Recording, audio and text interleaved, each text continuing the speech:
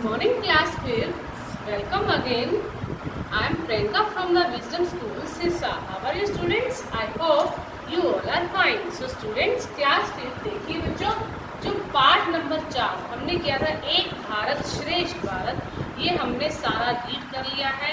And next जो मैंने आपको दी थी इसके श्रुतलेख और इसके शब्दार्थ, ये जो आपने इसे अच्छे से राइट किया होगा और लर्न भी किया होगा। एंड नेक्स्ट जो आज हम करेंगे अभ्यास के प्रश्न। तो स्टूडेंट्स आइए अब हम देखते हैं और पढ़ते हैं अभ्यास के प्रश्न। और देखिए स्टूडेंट्स, पाठ नंबर 4 एक भारत श्रेष्ठ जो हमने रीड किया था, एक भारत श्रेष्ठ भारत। हमारे भारत में हमने इस पाठ से क्या सीखा था? राष्ट्रीयता की भावना को सर्वोपरि मानना, अनेकता में एकता, भारत की विशेषताओं का ज्ञान। तो जो हमने इस पाठ से सीखा था, तो स्टूडेंट्स देखिए इस शब्दार्थ, इसके जो ये कुछ टिप्पणी के नोट दिए हुए हैं, शब्द दिए हुए हैं। और नेक्स्ट ये है श्रुतलेख जो हमने इसे किया था। एंड नेक्स्ट जो आज करेंगे हम अभ्यास के, देखिए मौखिक स्किल्स के प्रश्न उत्तर है हमारे। निम्नलिखित प्रश्नों के उत्तर दीजिए। क क्षेत्रफल की दृष्टि से भारत का विश्व में कौन सा स्थान है?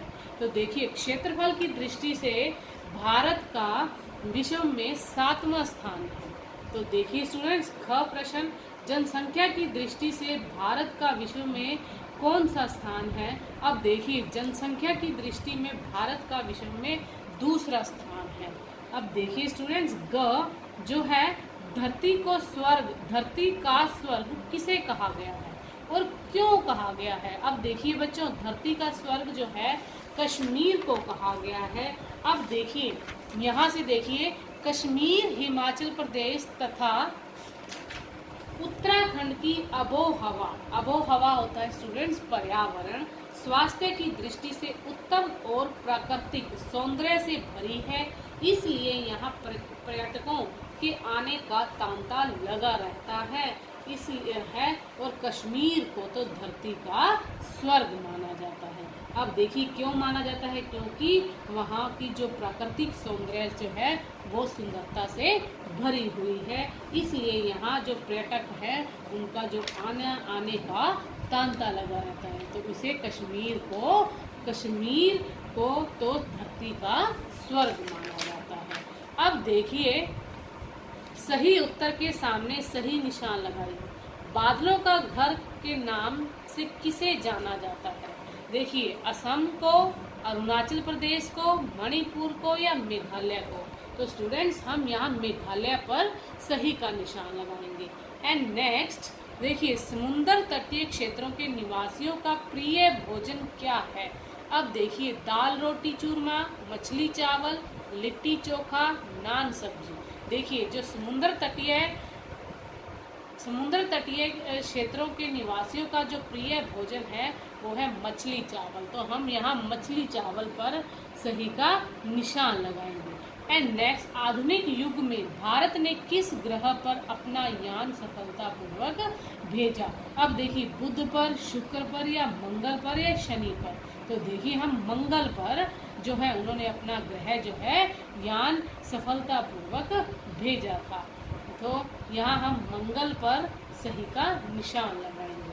एंड नेक्स्ट देखिए निम्नलिखित प्रश्नों के उत्तर लिखिए। निम्नलिखित प्रश्नों पर उत्तर लिखिए।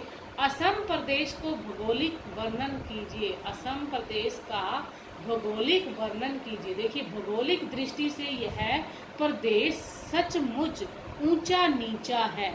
जो देखिए भौगोलिक दृष्टि से यह प्रदेश सचमुच ऊंचा नीचा है, अर्थात असम है। हिंदी भारत की एकता के सूत्र में पिरोने में क्या योगदान कर सकती है? देखिए स्टूडेंट प्रश्न नंबर जो ख है उसका उत्तर देखिए। हिंदी हमारी राष्ट्रभाषा है जिसे अधिकांश भारतीय बोलते हैं। यह भारत को एकता के सूत्र में बांधने का कार्य करती है। तो देखिए स्टूडेंट एक बार फिर से मैं ये रिपीट कर रही हूँ इनके आंसर। असम प्रदेश का भौगोलिक वर्णन कीजिए। भौगोलिक दृष्टि से यह प्रदेश जो सचमुच ऊंचा नीचा है और ये अर्थात असम है। एंड नेक्स्ट, हिंदी भारत को एकता के सूत्र में पिरोने में क्या योगदान कर सकती है। देखिए, हिंदी हमारी राष्ट्रभाषा है जिसे अधिकांश भारतीय बोलते हैं।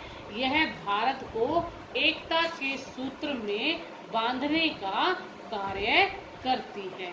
तो स्टूडेंट्स, 5th क्लास देखिए, जो ये हमारा अभ्यास का प्रश्न नंबर 1 और 2, ये हमारे 2 के जो हमारे क और ख प्रश्न ही करेंगे। तो नेक्स्ट वीडियो में हम नेक्स्ट कार्य करेंगे, नेक्स्ट काम करेंगे। तो स्टूडेंट्स, आज का आपका वर्क इतना ही है।